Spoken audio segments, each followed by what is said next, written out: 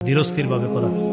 আপনাদের একটা হাদিস শোনা যায়, এরপরে আপনারা সিদ্ধান্ত নেবেন রুকুতে দেরি করবেন কিনা।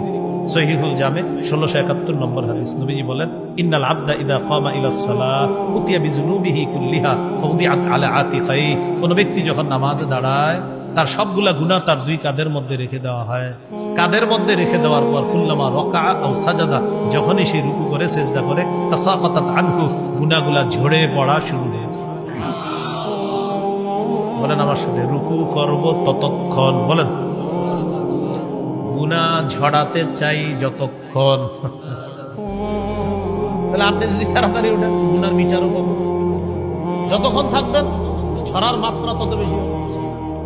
ইবনে ওমরের বক্তব্য আছে এই ব্যাপারে। আব্দুল্লাহ ইবনে ওমর এক যুবককে নামাজ পড়তে দেখছে, তখন বললেন, আরে তুমি যদি আরেকটু রুকুতে থাকতা, আরেকটু যদি সিজদা করতা। হুজুর কেন? আরেকটু রুকু করতা, আরেকটু সিজদা করতা, তো গুনাহ ঝরার মাত্রাটা আরো বেশি হতো। মনে থাকবে নি? এলো নামাজ কায়েম করা। 3 নাম্বার, খুশু খুজুর সাথে নামাজ পড়া। ছোটবেলা থেকে খালি শুনছি খুশু খুজু। খুশু খুজুর আসলে কি? বলেন, খুশু এর সম্পর্ক, বলেন কলবের সাথে, খুজু এর সম্পর্ক অঙ্গ প্রত্যঙ্গের সাথে। এটা একটু বুঝেন। আল্লাহু আকবার, নামাজে দাঁড়াইলাম, আমার হাত, আমার পা, আমার কপাল, আমার অঙ্গ প্রত্যঙ্গ আল্লাহর জন্য ইবাদত করবে, আল্লাহকে সিজদা দিবে, আল্লাহর সামনে নত হবে। এটা খুজু। বলেন এটা কি খুজু? হ্যাঁ, কলবের মধ্যে আছে 4টা দোকান, 3টা দোকানের এই অবস্থা, এরকম। তাহলে খুশু হলো না। খুশুর সম্পর্ক কলবের সাথে। অনেক সময় অনেকের নামাজ দেখে আমরা কি বলি জানেন? এই লোকটা খুশু খুজুর সাথে নামাজ পড়ে না। আপনি কেমনে জানলেন? খুজু বলা যায় কারণ তার নামাজে মনে হচ্ছে মাশাআল্লাহ খুব সুন্দরভাবে নামাজ পড়তেছে। খুজু, খুজুর সম্পর্ক দেখা যায়। খুশু হলো কলবে, এটা শুধু রব দেখে। এই জন্য আপনার নামাজ যখন এইভাবে হবে, আমার কলব, আমার অঙ্গ প্রত্যঙ্গ সবকিছু আল্লাহর জন্য ইবাদত করতেছে, তাহলে এটার নাম হবে খুশু খুজুওয়ালা নামাজ। তাহলে খুজু দেখা যায়, খুশু দেখা যায় না। খুশু দেখেন একমাত্র একজন, তিনি কে?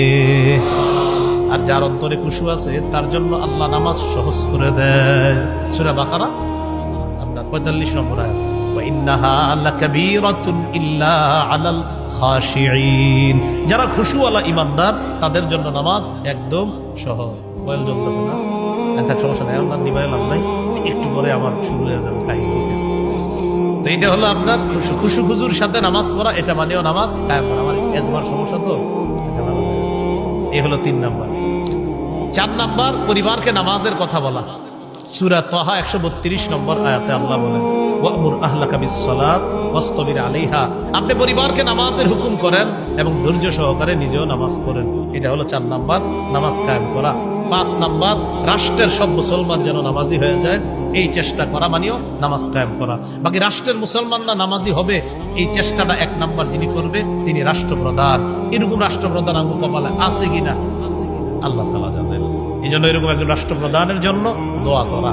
আল্লাহ 4 গুণওয়ালা একজন রাষ্ট্রপ্রধান আমাদেরকে দিয়ে দিয়েন। সূরা হজের 41 নম্বর আয়াতে আছে, আল্লাযীনা ইম্মাক্কান্নাহুম ফিল আরদি আকামুস সালাহ ওয়া আতাউয যাকাত ওয়া আমারু বিল মা'রুফ ওয়া নাহাউ আনিল মুনকার। যাদেরকে আমি রাষ্ট্রীয় ক্ষমতায় বসাই তাদের মৌলিক কাজ হবে 4টা।